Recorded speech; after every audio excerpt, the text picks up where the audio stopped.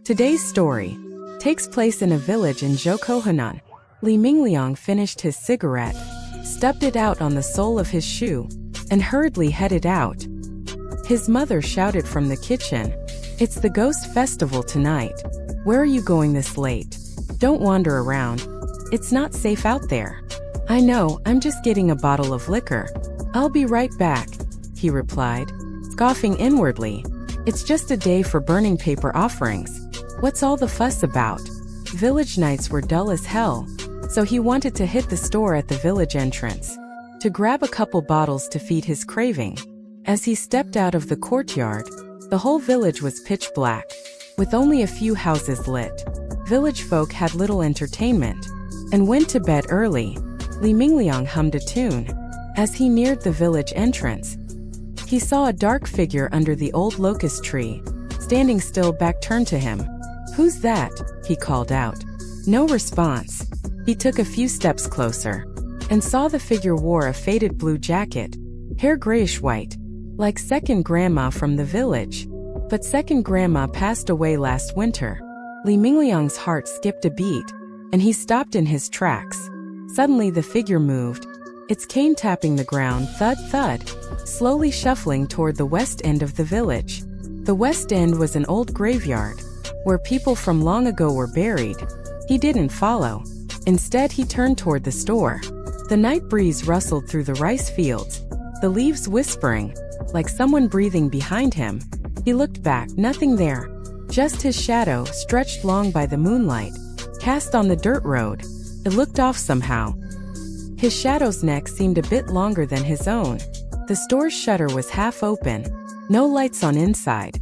Li Mingliang ducked in, calling, "Uncle Wang, get me a bottle of erguotu."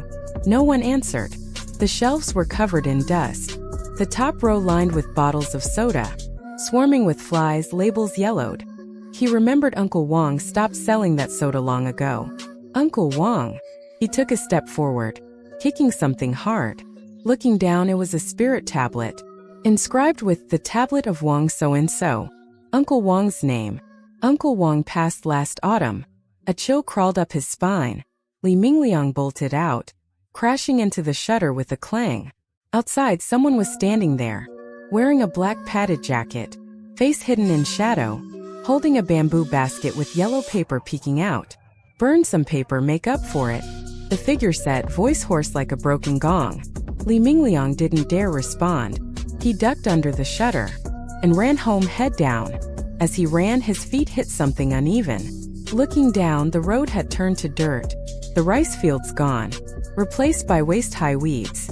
Among the weeds, tombstones tilted crookedly. He'd stumbled into the old graveyard.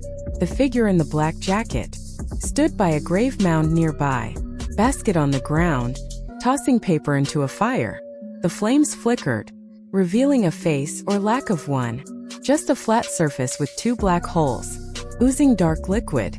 Li Mingliang's scalp tingled. He turned to run, but saw second grandma behind him, still facing away, her cane tapping faster and faster. "Since you're here, don't leave." He dodged to the side, slipped and fell into a dirt pit. The pit wasn't deep but felt soft, like it was freshly dug. Struggling to get up, he felt an icy hand grab his ankle tightly. Looking down, a pale arm stuck out from the soil, skin bloated, nails caked with dirt. Before he could scream, a blue flame floated closer from afar, drifting slowly toward him. The firelight lit up the grave mounds. Each one had a figure standing before it, some in blue jackets, some in black padded coats, all with their backs to him, motionless. The blue flame drew nearer. Li Mingliang saw it. Behind the flame was a woman in red, her hair dragging on the ground, tangled with grass. She slowly turned, her face rotted beyond recognition, eyes two bloody sockets, staring right at him. "Come with me." Her voice gurgled, like it came from underwater. Li Mingliang found he couldn't move. The hand in the pit gripped tighter.